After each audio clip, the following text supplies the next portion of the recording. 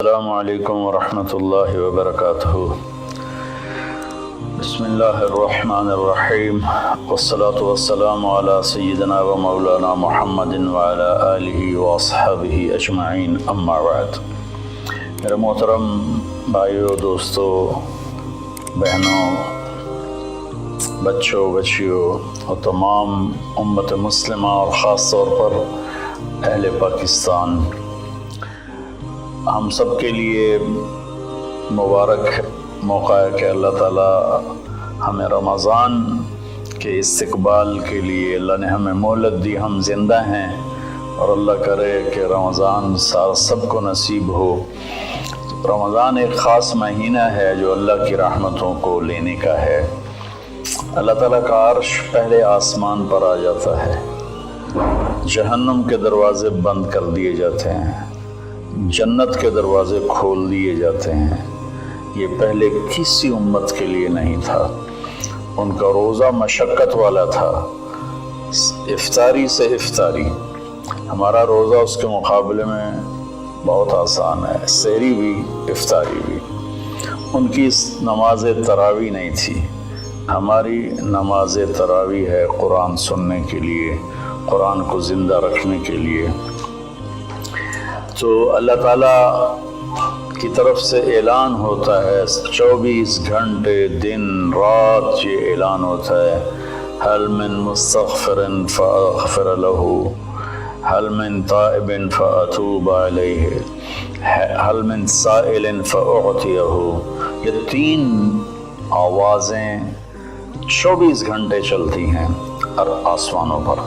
کوئی ہے معافی مانگنے والا، میں اسے معاف کروں، کوئی ہے توبہ کرنے والا، میں اس کی توبہ کو قبول کروں، کوئی ہے مجھ سے مانگنے والا کہ میں اسے عطا کروں۔ اور پھر ایک فرشتہ اعلان کرتا ہے، یا باغ الخیر اقبل، اے نیکی کے چاہنے والے زور لگا، آگے بڑھا۔ اور دوسرا فرشتہ اعلان کرتا ہے، یا باغ الشر ادبر، اے گناہوں میں ڈوبے ہوئے انسان واپس آ جا، اللہ کی چھاؤں میں آ جا، اللہ کی رحمت میں آ جا، اللہ کی بخشش کی چادر میں اپنے آپ کو چھپا لے۔ اور اس میں فرض 70 فرض کے برابر ہو جاتا ہے، نفل فرض کے برابر ہو جاتا ہے۔ اور علی رضی اللہ تعالیٰ عنہ علیہ السلام کا فرمان ہے کہ کوئی شخص ایک فرض روزہ چھوڑ دے، پھر اس کی قضا میں قیامت تک عملی نفلی روزے رکھتا رہے تو اس ایک فرض کو نہیں پہنچ سکتا۔ تو سارے دوستوں سے درخواست ہے کہ روزے کا اہتمام فرمائیں اور اللہ کی رحمت کو لوٹ لیں۔ اور میں ایک حدیث سناتا ہوں کہ میرے نبی نے کس طرح رمضان کا استقبال کیا۔ آپ ممبر پر تشریف لائے، خصوصی طور پر جمع کیا، یا جمعہ کا خطبہ تھا تو آپ خطبہ بیٹھ کے نہیں دیتے تھے، کھڑے ہو کے دیتے تھے، چونکہ آپ کا خطبہ مختصر ہوتا تھا۔ تو آپ نے فرمایا، ماذا یستقبلکم وماذا تستقبلون، وہ کون آ رہا ہے؟ مفہوم ہے، لفظی ترجمانی مفہوم مطلب۔ انہوں نے کہا وہ کون آ رہا ہے اور تم کس کی طرف جا رہے ہو؟ سب یوں ہو گئے۔ پھر آپ نے کہا، ماذا یستقبلکم وماذا تستقبلون، وہ کون آ رہا ہے اور تم کس کی طرف جا رہے ہو؟ سارے صحابہ میں ہلچل مچ گئی۔ تیسری دفعہ، ماذا یستقبلکم وماذا تستقبلون، وہ کون آ رہا ہے، کس کی طرف جا رہے ہو؟ سارے پیچھے مڑ مڑ کے دیکھیں، پیچھے تو کوئی بھی نہیں، تو حضرت عمر رضی اللہ تعالیٰ عنہ کھڑے ہوئے علیہ السلام۔ انہوں نے فرمایا، یا رسول اللہ اوحی نزل، یا رسول اللہ کوئی وحی آئی ہے؟ آپ نے فرمایا، لا، کہ نہیں۔ اعدو حضر، اللہ نے آپ کو آنکھ دی ہے دیکھنے والی، تو کیا کوئی دشمن مدینے کی طرف آ رہا ہے اور آپ نے دیکھ لیا ہے اور وہ ہم پر حملہ کرنے آ رہا ہے، ہم تیاری کریں؟ آپ نے کہا، اللہ، نہیں، یہ بھی نہیں۔ تو انہوں نے پوچھا، بھائی یا رسول اللہ کون آ رہا ہے؟ تو آپ نے کہا، رمضان آ رہا ہے۔ سبحان اللہ، کیا خوبصورت انداز تھا متوجہ کرنے کا، عظمت بٹھانے کا، ہیبت بٹھانے کا رمضان آ رہا ہے۔ پھر آپ نے اس کے فضائل سنائے کہ اس میں جنت کے دروازے کھل جاتے ہیں، جہنم کے دروازے بند ہو جاتے ہیں، اور جنت کی حوریں اللہ سے دعا کرتی ہیں کہ اللہ اس رمضان میں اپنے نیک بندوں میں ہمارے شوہر ہمارے لیے منتخب فرما اور ان کے ذریعے ہماری آنکھیں ٹھنڈی فرما۔ اور جہنم کے سارے دروازے بند ہو جاتے ہیں، شیطان قید ہو جاتا ہے۔ اور اس رمضان کا مطلب ہے جلنا، رمض یرمز، جلنا۔ سارے مہینوں کے نام عربوں نے رکھے، محرم، صفر، ربیع الاول، ربیع الثانی سے لے کر آخر تک۔ رمضان کا نام اللہ نے قرآن میں لکھا، شہر رمضان الذی انزل فیہ القرآن، کہ یہ عرشوں پر اس مہینے کا نام طے ہوا رمضان۔ تو اس مہینے کے نام اور روزے میں کیا مطابقت ہے، ان میں جوڑ کیا ہے کہ رمضان جل جانا۔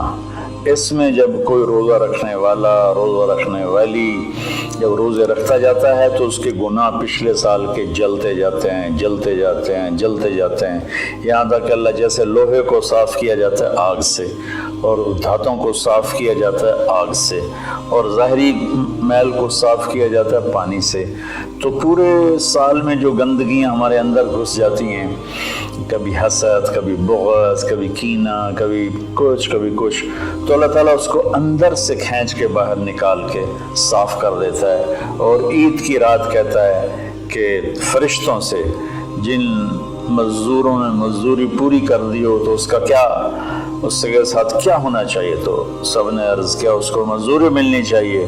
تو پھر اللہ تعالیٰ فرماتے ہیں تم گواہ رہو، میرے بندوں نے دن میں روزہ رکھا، رات کو قیام کیا اور میرا قرآن سنا، میں اس مزدوری کے بدلے ان کے سارے گناہ معاف کرتا ہوں۔ تو میری درخواست ہے تمام بہن بھائیوں سے کہ ہم اس کی تیاری کریں۔ ایک تیاری ہوتی ہے ظاہری جو ہم چیزیں اکٹھی کرتے ہیں، ایک تیاری وہ ہے جس کے بغیر ہمارا روزہ قبول نہیں ہوگا۔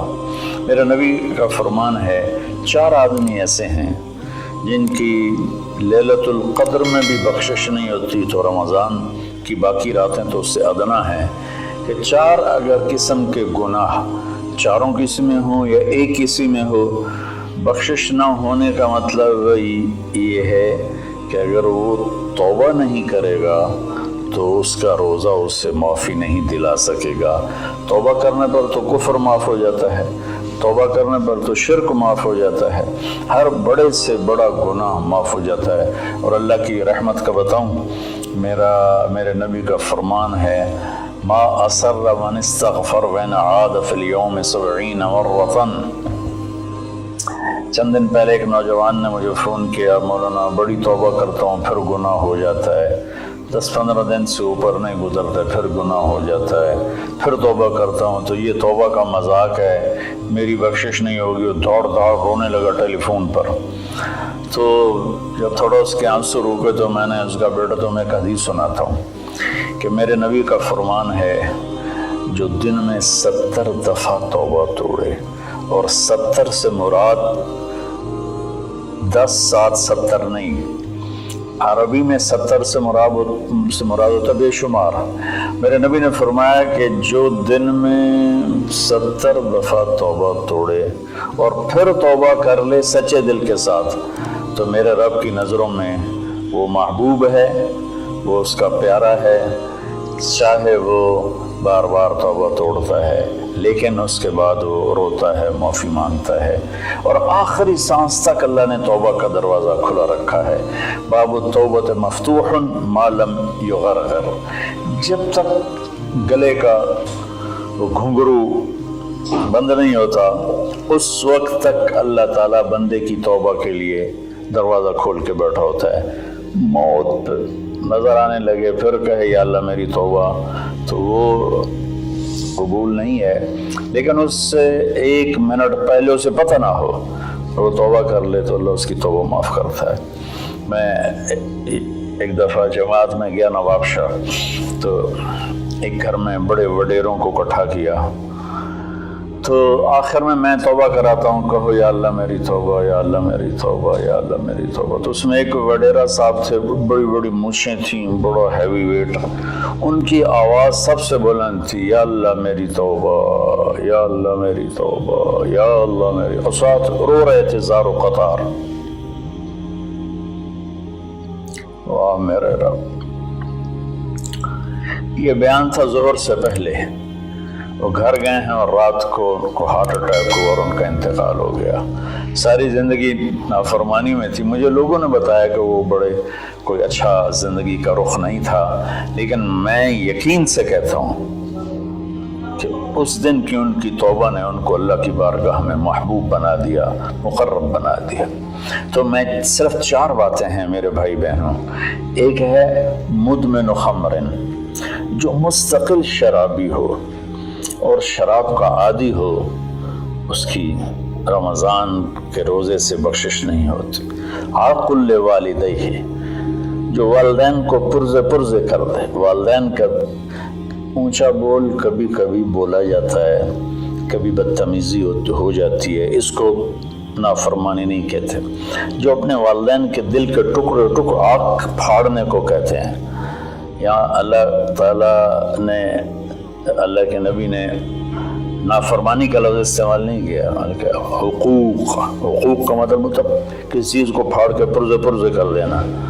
تو جو ماں باپ کو اتنا زخمی کرے کہ ان کی آہیں نکلیں، ان کے آنسو نکلیں، اس کی بھی بخشش نہیں ہوگی۔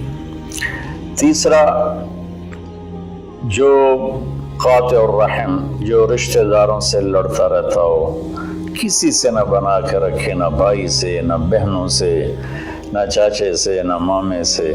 ماں اور باپ کی طرف سے جتنے رشتے ہیں وہ رشتے ذوی الارحام کہلاتے ہیں۔ جو ان رشتوں کو توڑتا ہے اور ان سے لڑتا بھڑتا ہے، اپنے آپ کو سپیریئر سمجھتا ہے، یہ سب گند ہے، یہ سب ایسے ہیں، ایک اس کی بخشش نہیں ہوتی۔ اور چوتھا ہے المشاحن، جو دل میں کسی کے لیے بغض پالتا ہو، نفرت رکھتا ہو، حسد رکھتا ہو۔ المشاحن کا لفظ ان ساری چیزوں پر ہے۔ تو میرے بھائی بہنوں، اس میں جو چیز سب سے زیادہ عام ہے نا، وہ آخری ہے۔ ہر آدمی شرابی نہیں ہے، اللہ کا فضل ہے، کروڑوں مسلمانوں نے کبھی شراب کو دیکھا بھی نہیں ہے۔ ہر آدمی ماں باپ کا نافرمان نہیں ہے، ہر آدمی اپنے رشتہ داروں سے لڑا ہوا نہیں ہے، لیکن ہر آدمی اپنے دل میں کسی نہ کسی کا بغض پالے بیٹھا ہے، کسی نہ کسی کی نفرت لیے بیٹھا ہے، کسی نہ کسی کا حسد لیے بیٹھا ہے، کسی پر غصہ لیے بیٹھا ہے۔ یہ چونکہ انسان کی فطرت ہے کہ وہ منفی چیزوں کی طرف جلدی جاتا ہے، نیگیٹیویٹی کی طرف ایسے جاتا ہے جیسے پانی اوپر سے نیچے، اور پازیٹیو چیزوں کی طرف جانا مشکل ہوتا ہے جیسے نیچے سے اوپر جانا۔ تو اس میں پھر آدمی پھسل جاتا ہے۔ ایک ہمارے سوشل میڈیا نے اس طرح نفرت پھیلا دی ہے، جھوٹی باتیں کر کے، جھوٹے عنوان لگا کر۔ تو میری گزارش ہے سارے بہن بھائیوں سے، ہم رمضان کی تیاری کریں۔ کیا تیاری کریں؟ ہم اللہ نہ کرے کوئی شرابی ہو، کوئی ہے تو اللہ کے واسطے توبہ کر لے۔ اللہ نہ کرے کہ کوئی ماں باپ کا نافرمان ہو، ہیں بہت سے ہیں، کوئی ہیں تو وہ توبہ کر لیں۔ اللہ نہ کرے کوئی رشتہ داروں سے لڑتا رہتا ہو، کوئی ہے تو وہ توبہ کر لیں۔ میرا رب نہ کرے کہ ہمارے دلوں میں میل ہو، ہم اپنی میل کو صاف کر لیں۔ میرے نبی نے فرمایا کہ اے میرے بیٹے انس، میری ایک عظیم الشان سنت ہے، میں شارٹ کٹ کر کے بتا رہا ہوں، اگر تو اس پہ قابو پا گیا تو جنت میں میرا ساتھی بن جائے گا۔ اور وہ یہ ہے کہ اس دل کو پوری دنیا کے انسانوں کے کھوٹ سے پاک کر دے۔ لیس فی قلبک غش لأحد فافعل۔ تو اس آخری مضمون پر میں گزارش کرتا ہوں، اپنی بات بھی ختم کرتا ہوں، کہ ہم ایک دوسرے کو معاف کریں۔ چونکہ ہمارا ملک تقسیم ہے بہت سے طبقات میں، مذہب کے نام پر بھی بے شمار طبقات ہیں اور نفرت سے بھرے ہوئے ہیں، سیاست کے نام پر بے شمار طبقات ہیں، نفرت سے بھرے ہوئے ہیں، قوم کے نام پر، زبان کے نام پر، اور باہمی آپس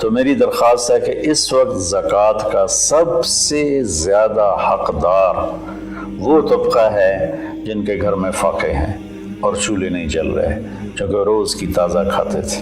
اس وقت ہمارے غریب بہن بھائی وہ سب سے زیادہ آپ کی زکوٰۃ کے حقدار ہیں۔ کھول دو اپنے